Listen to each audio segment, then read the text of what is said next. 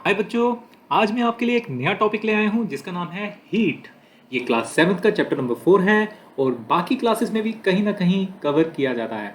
It's a very important concept और ये एक ऐसा कंसेप्ट है जो आप अपनी लाइफ में डेली बेसिस पे एक्सपीरियंस करते हैं। आप वेदर को ऑब्जर्व करते हैं, आप मिल्क पीते हैं, आप कोल्ड ड्रिंक पीते हैं, जहाँ तो वो हॉट होती है जहाँ तो वो कोल्ड होती है, पर हम उनको साइंटिफिकली एनालाइज नहीं करते हैं इन चीज़ों को। तो आज इस चैप्टर में हम कोशिश करेंगे कि हम इन चीज़ों को साइंटिफिकली भी थोड़ा बहुत समझने की कोशिश करें। तो इस चैप्टर में हम जानेंगे हीट क्या होती है, टेम्परेचर क्या होता है, दोनों में अंतर क्या होता है, टेम्परेचर को मेयर कैसे किया जाता है और हीट ट्रांसफर कैसे होती है। तो आइए शुरुआत करते हैं। सबसे पहले कंसेप्ट समझते हैं, टेम्परेचर और हीट में क्या अंतर होता है। तो बच्चों, बहुत से लोग टेम्परेचर और हीट को कॉमन समझते हैं, लेकिन ऐसा नहीं है। Temperature is a different concept, heat is a different concept. ये बात समझने के लिए हमने एक एक्सपेरिमेंट किया। हमने 2 ग्लासेस ऑफ वाटर लिया, एक में एक में हाफ पानी लिया और एक में फुल पानी लिया, और दोनों का टेम्परेचर था 45 डिग्री सेल्सियस। तो माइंड इट, पहले ग्लास का टेम्परेचर भी है 45 डिग्री सेल्सियस और दूसरे ग्लास के पानी का टेम्परेचर भी है 45 डिग्री सेल्सियस। और आप अगर उसे कमरे में छोड़ देंगे ठंडा होने के लिए, तो आप देखेंगे जिस गिलास में हाफ पानी था वो जल्दी ठंडा हो जाएगा और जिसमें फुल पानी था वो समय लेगा ठंडा होने में, क्योंकि जिस गिलास में फुल पानी था उसमें हीट भी डबल था और जिसमें हाफ पानी था उसमें हीट भी कम था। टेम्परेचर दोनों का बराबर था पर हीट दोनों में कम और ज़्यादा थी। सिमिलरली ज़रा जानते हैं, अगर आप लद्दाख में चले जाएं और वहाँ का टेम्परेचर उस समय हो -30 डिग्री सेल्सियस, तो आप जानेंगे कि वहाँ पर आप टेम्परेचर मेयर कर पा रहे हैं but there is no heat. आपको तो ठंड लग रही है, आप ठुर्रा रहे हैं, आप टेम्परेचर मेयर कर पा रहे हैं लेकिन हीट नहीं है। सो इसलिए हीट और टेम्परेचर सिनोनिमस नहीं है। Heat is a form of energy, temperature tells us how hot और कोल्ड एन ऑब्जेक्ट इज। तो ये बात जानना हमारे लिए बहुत जरूरी है। आइए एक और तरीके से इसको जानते हैं। Heat is basically A thermal energy. अगर हम एक एक्सपेरिमेंट करें, अगर हम एक कंटेनर को अपने गैस के ऊपर रख दें, अपने बर्निंग स्टोव के ऊपर रख दें, तो हम क्या देखते हैं कि पानी के मॉलिक्यूल्स में मोशन आ जाता है। उस मोशन को हम काइनेटिक एनर्जी कहते हैं। जब भी किसी चीज़ में मोशन आ जाता है और उससे जो एनर्जी पैदा होती है हम उसको काइनेटिक एनर्जी कहते हैं।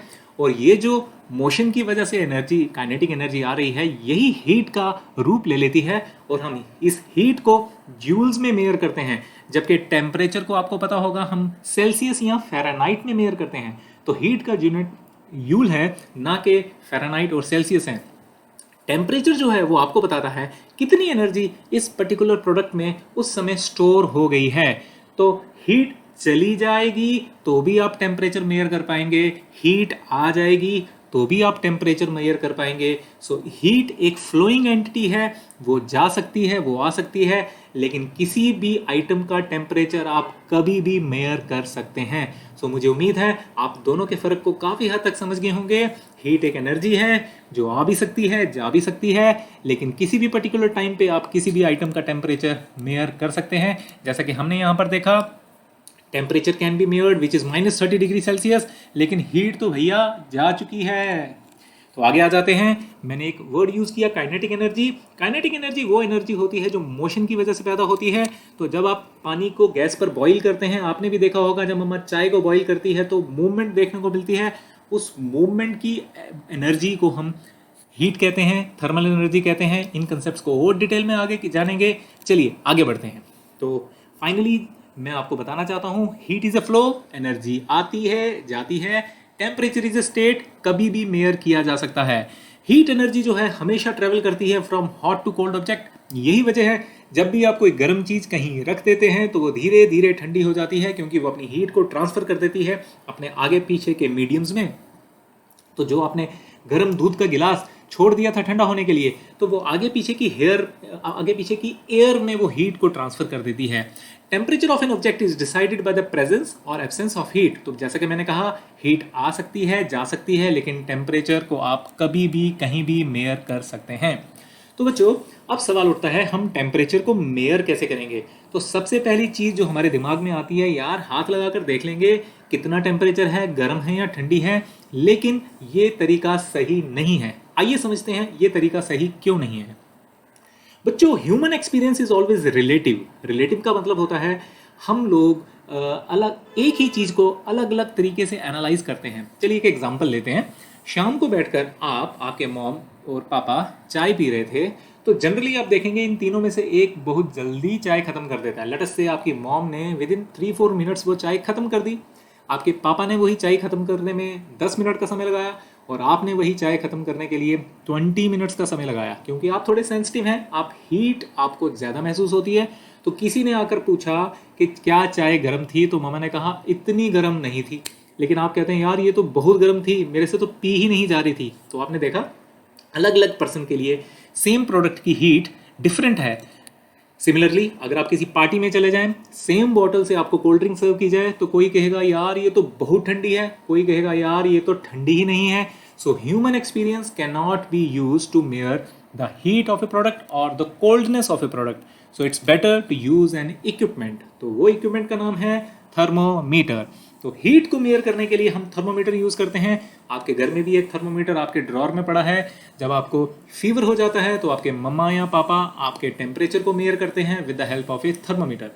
थर्मोमीटर में एक स्केल होता है जो केल्विन स्केल हो सकता है, सेल्सियस स्केल हो सकता है, फ़ारेनहाइट स्केल हो सकता है। ये तीनों किन भला का नाम है, आइए जानने की कोशिश करते हैं। आपने रेसलिंग तो देखी ही होगी। यहाँ पर आपको दो रेसलर्स दिख रहे हैं, one is Undertaker and the another one is Yokozuna. जब मैं छोटा था और रेसलिंग देखता था तो योको यूना वॉज ऑल्सो वेरी पॉपुलर। आज की डेट में शायद इतने पॉपुलर नहीं होंगे। तो जब वो स्टेज पे आते थे तो पीछे से कमेंटेटर बोलता था, no here comes 589 pounds gorilla Yokozuna. तो जब हम उनका वेट देखते हैं 589 पाउंड्स, लेकिन जब हम किलोग्राम्स में बात करते हैं तो his weight is 267 kilograms. Basically 1 kilogram is equal to 2.20 pounds. तो वेट को मेयर करने के लिए मैं किलोग्राम भी यूज कर सकता हूं, मैं पाउंड्स भी यूज कर सकता हूं।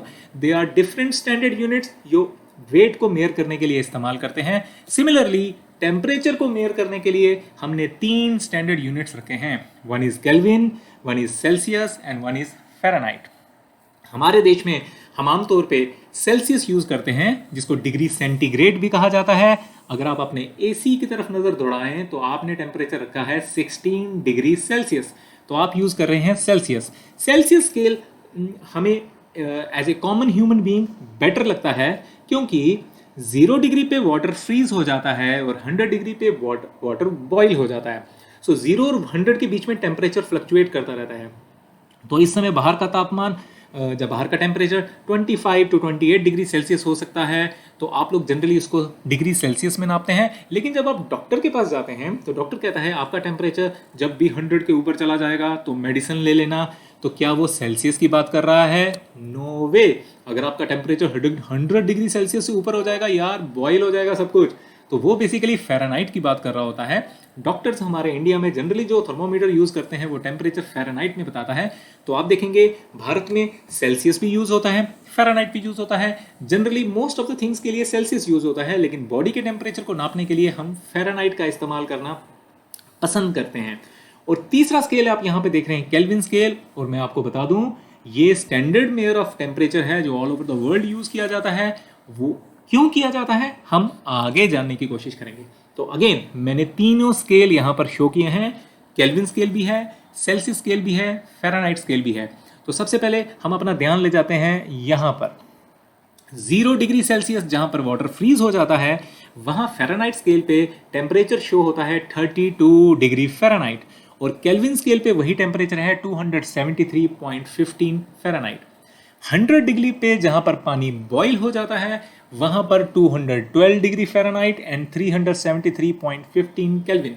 तो ये पैरेलल स्केल्स हैं। आप केल्विन यूज कर सकते हैं, आप सेल्सियस यूज कर सकते हैं, आप फ़ारेनहाइट यूज कर सकते हैं। टेम्परेचर वही है, स्केल डिफरेंट है, just like kilogram and pounds. तो अब मैं आपको बताऊंगा केल्विन क्यों यूज किया जाता है साइंटिफिक कम्युनिटी में। क्योंकि आप देखेंगे यहाँ पर केल्विन 0 है, इसका मतलब है there is no molecular motion, there is no molecular motion. मैंने अभी आपको बताया heat is caused because of the kinetic energy in the molecules. जब वो काइनेटिक एनर्जी बिल्कुल 0 हो जाती है तो केल्विन स्केल 0 पे आ जाता है, जबकि सेल्सियस स्केल -273 दिखाता है, फ़ारेनहाइट स्केल -459 दिखाता है। तो आप याद रखेंगे साइंटिफिक कम्युनिटी केल्विन यूज करना प्रेफर करती है। हम टेम्परेचर मेयर करने के लिए, बॉडी टेम्परेचर मेयर करने के लिए फ़ारेनहाइट प्रेफर करते हैं। And for all other purposes हमारे इंडिया में जनरली सेल्सियस स्केल यूज़ किया जाता है। अगर आप इस कंसेप्ट को और अच्छी तरह समझना चाहते हैं तो रिवाइंड करके फिर से इसको सुन लीजिए। This is very important to understand कि क्यों केल्विन स्केल साइंटिस्ट यूज़ करते हैं और हम लोग सेल्सियस और फ़ारेनहाइट स्केल यूज़ करना प्रेफर करते हैं।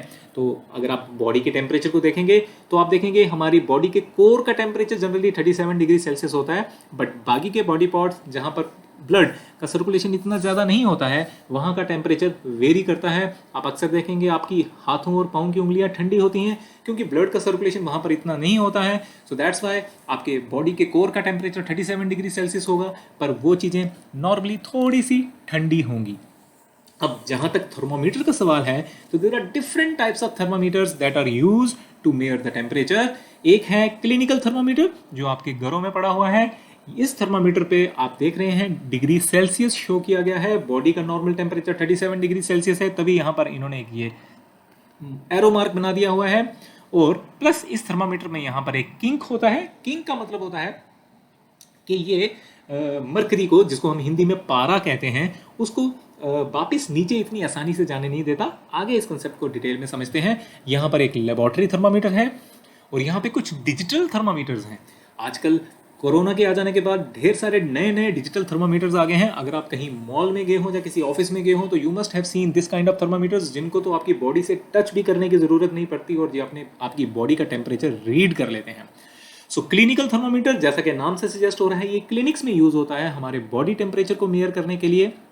और लेबोरेटरी थर्मामीटर्स लेबोरेटरीज में यूज़ होता है क्योंकि वहाँ पर ढेर सारी चीज़ों का टेम्परेचर मेयर करना होता है, तो इसमें हमें काफ़ी लंबा स्केल चाहिए होता है। तो हम लोग ये लंबे थर्मामीटर होते हैं, लेबोरेटरीज में यूज़ होते हैं। हमारी बॉडी के टेम्परेचर की रेंज काफ़ी कम होती है, इसलिए वहाँ पर छोटे थर्मामीटर यूज़ होते हैं जिनको हम क्लिनिकल थर्मामीटर्स कहते हैं। तो ये है एक डिजिटल थर्मामीटर। ये डिजिटल थर्मामीटर के आगे का जो टिप होता है ये मरकरी का नहीं बना होता, जबकि एक आम थर्मामीटर जो होता है उसका जो टिप होता है वो मरकरी का बना होता है। एक बात आपको पता होनी चाहिए कि मरकरी एक मेटल है। It's a metal which is found in liquid form, और ये हीट से बहुत ही तेज़ी के साथ रिस्पॉन्ड करता है और तेज़ी से फ्लो करना शुरू कर देता है, इसलिए इसको इस्तेमाल किया जाता है टेम्परेचर मेयर करने के लिए। और लेकिन जो डिजिटल थर्मोमीटर्स हैं इसमें सेंसर्स लगे होते हैं जिनको थर्मिस्टर कहा जाता है। ये सेंसर्स हीट को रीड कर लेते हैं और आपको टेम्परेचर बता देते हैं कितना टेम्परेचर है। और जैसा कि मैंने आपसे पहले बताया, आजकल ऐसे भी डिवाइसेस आ गई हैं जो आपको बिना टच किए भी आपका टेम्परेचर बॉडी का बताने में सक्षम हैं। तो बच्चों, एक कंफ्यूजन अक्सर बच्चों को रहती है, Celsius, kelvin, Fahrenheit, mercury, alcohol, clinical, laboratory, ये सब क्या है। तो समझने की कोशिश करते हैं थर्मोमीटर्स कितने प्रकार के होते हैं। जब हम यूनिट्स की बात करते हैं कि किस यूनिट में हम टेम्परेचर को मेयर कर रहे हैं, तो 3 तरह के थर्मोमीटर हैं, सेल्सियस, केल्विन और फ़ारेनहाइट। जैसा कि आपने पहले देखा, आप उस थर्मोमीटर के अंदर कौन सा मटेरियल यूज कर रहे हैं, तो there are mercury, alcohol and digital. Mercury is a metal, alcohol is a liquid, and digital thermometers में ऐसा कोई भी कंटेंट यूज नहीं होता। अगर आप नेचर ऑफ यूज की बात कर रहे हैं तो डॉक्टर अपनी क्लिनिक में यूज कर रहा है क्लिनिकल थर्मोमीटर, साइंटिस्ट अपनी लैब्स में यूज कर रहे हैं लेबोरेटरी थर्मोमीटर, और आपके वेदर को मेयर करने के लिए जो थर्मोमीटर यूज किया जाता है उसको कहा जाता है मैक्सिमम मिनिमम थर्मोमीटर। तो आप ये बात ध्यान में रखेंगे, यूनिट के आधार पे Celsius, kelvin, Fahrenheit, material use के आधार पे मरकरी, अल्कोहल एंड डिजिटल, और नेचर ऑफ यूज के आधार पे clinical, laboratory and maximum minimum thermometer. तो ये वापस से फिर मैंने एक थर्मामीटर यहाँ पे दिखाया है। हमारे इंडिया में आमतौर पे जो थर्मोमीटर मिलते हैं उनमें फ़ारेनहाइट और सेल्सियस दोनों स्केल्स होते हैं। आप देख सकते हैं यहाँ पर फ़ारेनहाइट स्केल है और यहाँ पर सेल्सियस स्केल है, यहाँ पर सेल्सियस स्केल है। So this is 37 degree Celsius human body temperature and 98.3 degree Fahrenheit human body temperature. तो ये है आपका मरकरी जो हीट अप होने पे राइज करना शुरू कर जाता है और आपके बॉडी के टेम्परेचर के बारे में बता देता है। सो अल्कोहल और मरकरी थर्मामीटर के बारे में समझ लेते हैं, इन दोनों थर्मामीटर्स में क्या अंतर होता है। तो जैसा कि मैंने आपसे बताया, मरकरी एक मेटल है, एकमात्र ऐसा मेटल है जो लिक्विड फॉर्म में मिलता है, ये रूम टेम्परेचर में लिक्विड फॉर्म में रहता है। तो यहाँ पर ये जो आप सिल्वर कलर का देख रहे हैं ये मरकरी है, और यहाँ पर जो आप रेड कलर का देख रहे हैं ये अल्कोहल है। जनरली अल्कोहल का कोई कलर नहीं होता, तो हमें उसमें कोई ना कोई कलर मिक्स करना पड़ता है ताकि हम उसको देख पाएं थर्मामीटर के अंदर कि वो अल्कोहल कहाँ तक राइज कर रहा है। लेकिन मरकरी में ऐसा कुछ करने की ज़रूरत नहीं पड़ती, क्योंकि मरकरी सिल्वर कलर का होता है और वो आसानी से नज़र आ जाता है। तो आप कौन सा केमिकल, कौन सा कंपोजिशन यूज करें थर्मामीटर के लिए, ये बात जानने के लिए आप देख सकते हैं अल्कोहल का बॉइलिंग पॉइंट है 78 डिग्री और मरकरी का बॉइलिंग पॉइंट है 357 डिग्री। तो ज़्यादा गर्म चीज़ों को मेयर करना हो तो मरकरी बेटर रहेगा। अल्कोहल का फ्रीजिंग पॉइंट है 115 डिग्री, -115 डिग्री, और मरकरी का फ्रीजिंग पॉइंट है -39 डिग्री। तो इसलिए अगर आपको ठंडी चीज़ों को मेयर करना होगा तो अल्कोहल वाला थर्मामीटर बेटर रहेगा। So depending upon their use आप मरकरी और अल्कोहल थर्मामीटर यूज कर सकते हैं। और आपको ये पता होना चाहिए कि mercury is a very risky substance. आप जब इसको इस्तेमाल करते हैं तो पेरेंट्स कहते हैं दांत से इसे काट मत लीजिएगा, क्योंकि mercury is a very heavy metal, ये अंदर जाके काफ़ी डैमेज पहुंचा सकता है और आपकी जान तक ले सकता है। आगे बढ़ते हैं, आप ज़रा समझने की कोशिश करते हैं कि हीट कैसे रिएक्ट करती है आइटम्स के ऊपर, सॉलिड्स के ऊपर कैसे रिएक्ट करती है, लिक्विड्स पे कैसे रिएक्ट करती है और गैसेस पे कैसे रिएक्ट करती है। एक बात आप हमेशा याद रखेंगे कि कुछ भी हो, हीट चीज़ों को एक्सपैंड कर देती है, हीट चीज़ों को एक्सपैंड कर देती है और कोल्डनेस चीज़ों को कॉन्ट्रैक्ट कर देती है। सो जब आप किसी भी चीज़ को हीट करते हैं तो उसके मॉलिक्यूल्स जो होते हैं उनका डिस्टेंस बढ़ जाता है और चीज़ें एक्सपैंड हो जाती हैं।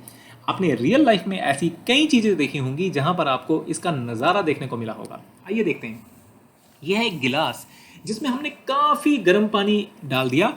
जैसे ही हमने वो गर्म पानी उस गिलास में ऐड किया तो गिलास बीइंग ब्रिटल, जब वो एक्सपैंड हुआ तो वो टूट गया। अगर ये एक फ्लेक्सिबल मटेरियल का होता तो शायद ब्रेक नहीं करता, क्योंकि गिलास ब्रिटल है, हीट अप होने की वजह से एक्सपेंशन हुई और ये ब्रेक कर गया। आप अगर किसी हिल स्टेशन में गए होंगे, वहाँ पर ये बड़े बड़े इलेक्ट्रिक पोल्स होते हैं जहाँ से तारें झूल रही होती हैं, बिजली की तारें झूल रही होती हैं। अब हीट की वजह से they expand and that's why they keep on hanging like this. Similarly आपने अक्सर अपने घरों की दीवारों में या सड़कों पे ऐसे क्रैक्स देखे होंगे, क्योंकि गर्मी की वजह से सॉलिड एक्सपैंड करता है और अगर वो ब्रिटल होता है तो उसमें क्रैक आ जाता है। एफिल टावर हर साल समर में 15 सेंटीमीटर लंबा हो जाता है, क्योंकि ये मेटल का है, ये फ्लेक्सिबल है, ये एक्सपैंड कर जाता है और इसमें क्रैक्स नहीं आते, जबकि इसकी हाइट 15 सेंटीमीटर हर समर में बढ़ जाती है। सिमिलरली रेलवे ट्रैक्स में जो कि धूप में पड़े रहते हैं, ऐसे गैप्स क्रिएट किए जाते हैं ताकि गर्मी में या ट्रेन के ट्रेवल करने की वजह से अगर मेटल एक्सपैंड करता है तो उसको स्पेस मिल जाए एक्सपेंशन पर्पस के लिए। तो ये वो रियल टाइम की चीज़ें हैं, रियल लाइफ की चीज़ें हैं जो साइंटिस्ट दिमाग में रखते हैं, जो मैन्युफैक्चरर्स दिमाग में रखते हैं, जो हीट का इफ़ेक्ट है उसको हैंडल करने के लिए, ताकि वो चीज़ों को डैमेज ना कर पाएँ और आपका पर्पस हल होता चला जाए। तो अब हम समझेंगे हीट ट्रांसफ़र कैसे होती है। सो देर आर 3 वेज जिससे हीट ट्रांसफ़र होती है। There is conduction, there is convection और देर इज़ रेडिएशन। इस कंसेप्ट को बहुत ध्यान से समझेंगे, आसानी से समझ आ जाएगा अगर आप अपना पूरा फोकस यहाँ पर ले आते हैं। तो सबसे पहले हम समझते हैं कंडक्शन को। कंडक्शन क्या होती है? एक बात आप याद रखेंगे, कंडक्शन सॉलिड्स में होती है। तो जब आप, जैसे कि इस एक्सपेरिमेंट में किया जा रहा है, एक कैंडल के ऊपर एक निडल जहाँ एक स्पून अगर आप रखते हैं तो आप देखेंगे पहले स्पून का फ्रंट भाग गर्म होगा और धीरे धीरे वो हीट आपके हाथों तक आनी शुरू हो जाएगी। अगर आपकी मॉम चाय बना रही है और उसमें स्टील का चम्मच डाल दिया जाए, धीरे धीरे वो पूरा का पूरा चम्मच गर्म हो जाता है। ये कंडक्शन की वजह से होता है, क्योंकि सॉलिड्स में जब कोई मॉलिक्यूल गर्म हो जाता है, हीटअप हो जाता है, तो वो अपनी हीट को क्या करता है, बाकी मॉलिक्यूल्स में ट्रांसफ़र करना शुरू हो जाता है। और अगर ये गुड कंडक्टर ऑफ हीट है तो पूरे प्रोडक्ट को हीटअप कर देगा। So heat travels from one molecule to another. तो conduction is nothing but heat transfer from hotter part to the colder part. मैंने आपको पहले भी बताया था, हीट ट्रेवल करती है फ्रॉम हॉट टू कोल्ड। तो कंडक्शन सॉलिड्स में होता है जब हीट एक मॉलिक्यूल से दूसरे मॉलिक्यूल में पास ऑन कर दी जाती है। There is no movement of molecule but there is movement of heat. लेकिन जब हम कन्वेक्शन को स्टडी करते हैं तो हम देखते हैं ये लिक्विड्स और गैसेस में होती है, क्योंकि लिक्विड और गैसेस फ्लेक्सिबल होते हैं, वो आसानी से मूव कर सकते हैं। तो जनरली क्या होता है, जैसे वाटर है, उसके मॉलिक्यूल्स जो गर्म हो जाते हैं, जो हॉट हो जाते हैं, वो ऊपर की तरफ ट्रैवल करना शुरू कर देते हैं, और जो कोल्ड वाटर होता है वो नीचे की तरफ ट्रैवल करना शुरू कर देता है ताकि वो भी हीट अप हो जाए। तो कंडक्शन में मॉलिक्यूल्स मूव नहीं कर रहे थे, हीट ट्रैवल कर रही थी। लेकिन यहाँ पर कन्वेक्शन में आप देख रहे हैं उस प्रोडक्ट के मॉलिक्यूल्स मूव कर रहे हैं। एयर है तो एयर के मॉलिक्यूल्स मूव कर रहे हैं, वाटर है तो वाटर के मॉलिक्यूल्स मूव कर रहे हैं। तो आप फर्क को याद रखेंगे। Convection is heat transfer by up and down motion of the fluid. Up and down motion of the fluid यानी कि जो सब्सटेंस हीट अप हो रहा है वो खुद ऊपर नीचे ट्रेवल कर रहा है, लेकिन कंडक्शन में ऐसा कुछ नहीं हो रहा था। सो आप इस बात को अगर बारीकी से समझें तो आपको कभी भी इन दोनों में कंफ्यूजन नहीं होगा। Conduction usually occur in solids through molecular collision, convection occurs in fluids by mass motion of molecules in the same direction. अब रेडिएशन बिल्कुल हटके है, बिल्कुल डिफरेंट है, और जो बेस्ट एग्जांपल रेडिएशन की दी जाती है वो है सूरज का हमारी धरती को गर्म करना। तो ज़रा यहाँ पे नज़र डालेंगे। हम सब जानते हैं ये हमारी धरती है, ये हमारी खूबसूरत धरती है, उसके ऊपर एक एटमॉस्फेयर है, इसके ऊपर यहाँ पर वैक्यूम है। तो सन की हीट हमारी धरती तक पहुँचती है और उसको पहुँचने के लिए कोई मीडियम की ज़रूरत नहीं है। रेडिएशन में हीट ट्रेवल करती है without heating up the medium. Even without a medium heat travel कर सकती है। तो रेडिएशन में हीट ट्रेवल करती है even without a medium. Radiation takes place through the vacuum of a space and does not heat up the intervening medium. तो ये कैसे होता है आगे और डिटेल में जानने की कोशिश करते हैं। यहाँ मैंने एक और एग्जांपल उठाई है जहाँ कंडक्शन, कन्वेक्शन और रेडिएशन तीनों एक साथ हो रहे हैं। सो आपने एक कंटेनर गैस पर रखा है, जो उसका हैंडल है वो गर्म हो रहा है। कौन सा प्रोसेस है? कंडक्शन, सॉलिड्स में। जो बीच का पानी है वो गर्म हो रहा है। कौन सा प्रोसेस है? कन्वेक्शन। और जो गैस से रेडिएशंस निकल रही हैं वो आप तक हीट पहुंचा रही हैं। कौन सा प्रोसेस है? रेडिएशन। इसीलिए हम लोग ऐसे बर्तनों में वुडन हैंडल यूज करते हैं, क्योंकि would is a bad conductor of heat. तो आपके हाथ गर्म नहीं होंगे, तो हीट यहाँ पे ट्रेवल नहीं करेगी। सो रेडिएशन को अच्छी तरह से समझने की कोशिश करते हैं। Radiation takes place through the vacuum of space and does not heat up the intervening medium. यानी कि सन और अर्थ के बीच का जो मीडियम है वो वैक्यूम है, वो हीट अप नहीं हो रहा है। इस प्रोसेस से जब हीट ट्रांसफर होती है हम उसको रेडिएशन कहते हैं। Heat transfer occurs when microwave, infrared radiation, visible light और इलेक्ट्रोमैग्नेटिक रेडिएशंस, इनके थ्रू जब हीट ट्रांसफर होती है तो हम उसको रेडिएशन का नाम देते हैं। आप एक और एग्जांपल देख सकते हैं। यहाँ एक कैंडल बर्न हो रही है, तो जो वैक्स मेल्ट हो रहा है वो कंडक्शन है सॉलिड्स में। जो एयर हीट अप हो रही है वो कन्वेक्शन है, एयर में पार्टिकल्स आर मूविंग। और जो आप तक साइड पे हीट पहुंच रही है that is due to radiation that is getting emitted from this light. आपके घर में एक माइक्रोवेव ओवन है, वो भी माइक्रोवेव से फूड को गर्म करता है। That is also a kind of radiation. Medium को गर्म नहीं करता है पर उस ऑब्जेक्ट को गर्म कर देता है। सिमिलरली यहाँ पर एक बार फिर से देखते हैं। सन इज डूइंग रेडिएशन, मीडियम जरूरी नहीं है हीट अप हो। कन्वेक्शन जहाँ मॉलिक्यूल्स मूव कर रहे हैं। कंडक्शन लैंड में हो रही है, सॉलिड पार्टिकल्स में हो रही है। So heat transfer from hot to cold object. Conduction, the process in which heat flows from object with higher temperature to object with lower temperature. Convection, the movement of fluid molecules from higher temperature to lower temperature. जब fluid molecule move करेंगे तो वो कहाँ possible हो पाएगा? जहाँ तो liquid में, जहाँ तो gases में। और conduction कहाँ possible हो पाएगी? Only in solids. एक और एग्जाम्पल, मैं आपको ढेर सारी एग्जाम्पल देने की कोशिश कर रहा हूँ ताकि कंसेप्ट आपके दिमाग में अच्छी तरह से घुस जाए।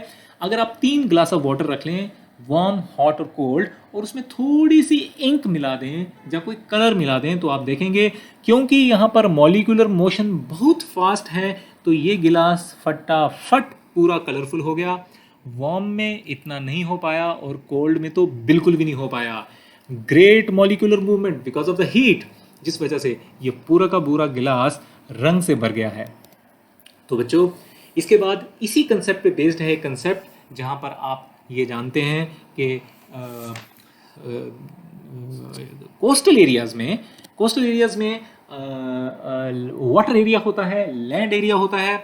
और आपको ये पता होना चाहिए पानी गर्म होने में समय लगाता है, लैंड जल्दी से गर्म हो जाती है। तो डे टाइम में जब सनलाइट आपकी धरती पर पड़ रही होती है, पानी इतनी जल्दी गर्म नहीं हो पाता, लैंड जल्दी गर्म हो जाती है। जिस वजह से कन्वेक्शन की वजह से लैंड से जुड़ती हुई एयर हीट अप हो जाती है और वो ऊपर की तरफ राइज करना शुरू कर देती है। जब ये ऊपर की तरफ राइज करना शुरू कर देती है तो कोल्ड एयर उसकी जगह लेना शुरू कर देती है। तो दिन में सी ब्रीजेज आती हैं लैंड की तरफ और रात में प्रोसेस उल्टा हो जाता है, क्योंकि लैंड आसानी से जल्दी ठंडी हो जाती है, पानी जल्दी ठंडा नहीं होता है, तो जो आपकी ब्रीज है वो रिवर्स हो जाती हैं। नाइट में वो लैंड से समुंदर की तरफ बहना शुरू कर देती हैं। तो डे टाइम में cool bridge move towards land और रात में कूल ब्रीज मूव टुवर्ड्स सी। तो बेसिकली कन्वेक्शन की वजह से आपकी एयर का टेम्परेचर चेंज हो रहा है और वार्म एयर ऊपर की तरफ राइज कर रही है और उसकी जगह कौन ले रहा है? कोल्ड एयर उसकी जगह ले रही है। आपके घर में जब एयर कंडीशनर लगाया जाता है तो क्या आपने कभी सोचा है, तो 90% केसेस में एयर कंडीशनर को ऊपर लगाया जाता है, खासतौर पे स्प्लिट एसी को। विंडो एसी शायद नीचे लग जाता है क्योंकि आपकी विंडो की स्पेस ही वहीं होती है। तो ऊपर एसी लगाने के पीछे कंसेप्ट भी यही है, क्योंकि कोल्ड एयर बारी होने की वजह से नीचे आ जाएगी और वार्म एयर ऊपर की तरफ चली जाएगी। दैट्स वाई एक एयर कंडीशनर को हाइट पे फिक्स किया जाता है। सिमिलरली आपको ये भी पता होना चाहिए कि कलर्स की भी अपनी हीट एब्जॉर्बिंग कैपेसिटी होती है। जो डार्क कलर्स होते हैं वो हीट को जल्दी एब्जॉर्ब कर लेते हैं, ज़्यादा गर्म कर देते हैं ऑब्जेक्ट को, और जो लाइट कलर्स होते हैं वो हीट को रिफ्लेक्ट कर देते हैं, वो उसको एब्जॉर्ब नहीं करते हैं। यही वजह है आप ज़्यादा डार्क कपड़े समर में नहीं पहनते हैं, आप लाइट कलर के कपड़े पहनना पसंद करते हैं, जबकि विंटर्स में आप चाहते हैं आपकी बॉडी वार्म रहे, आप इसलिए डार्क कलर के कपड़े पहनना पसंद करते हैं। और जाते जाते हम समझेंगे कंसेप्ट ऑफ वैक्यूम फ्लास्क। लेकिन एक बार फिर से, radiation, microwave radiation emitted in the oven is an example of radiation. UV rays coming from the sun is an example of radiation. Medium जरूरी नहीं है हीट अप हो, लेकिन हीट आप तक पहुंच जाती है, दैट इज कॉल्ड रेडिएशन। और अब हम समझेंगे वैक्यूम फ्लास्क के बारे में कि आपको पता होगा आपके घर में भी एक थर्मस होगा जिसको वैक्यूम फ्लास्क कहा जाता है, जो चीज़ों को गर्म या ठंडा रखता है काफ़ी लंबे समय के लिए।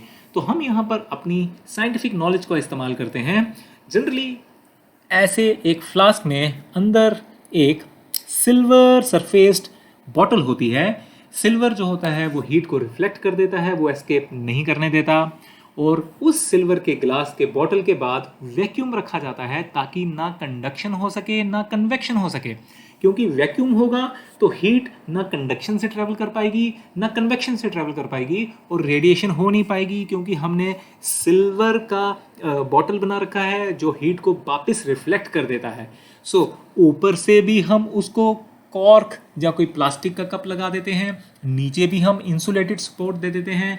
इंसुलेशन आप समझते हैं, जो चीज़ हीट अप नहीं होती है, जिस वजह से वो हीट अंदर बंधी रहती है काफ़ी लंबे समय तक। आपकी चाय या दूध या पानी उस फ्लास्क में गर्म रहता है, क्योंकि हमने वैक्यूम क्रिएट कर दिया है, हम हीट को एस्केप नहीं होने दे रहे हैं, हमने सिल्वर की सरफेस यूज़ की है, तो हीट वापस रिफ्लेक्ट होकर अंदर ही चली आ रही है, जिस वजह से इसमें पानी काफ़ी देर तक गर्म रह पाता है। मुझे उम्मीद है आपको हीट का कंसेप्ट, आपको टेम्परेचर का कंसेप्ट, आपको थर्मामीटर का कंसेप्ट और आपको कंडक्शन, कन्वेक्शन और रेडिएशन का कंसेप्ट समझ आया होगा। आप इस वीडियो को रिपीट करके फिर से देख सकते हैं, क्योंकि आप छोटे हैं, आपको कोई कंसेप्ट समझने में थोड़ा समय भी लग सकता है। आप उसको एक बार फिर से सुनेंगे, फिर से समझने की कोशिश करेंगे, ध्यान से सुनेंगे तो आपको वो ज़रूर समझ आ जाएगा। थैंक यू वेरी मच हमारे साथ जुड़े रहने के लिए। Thanks a lot.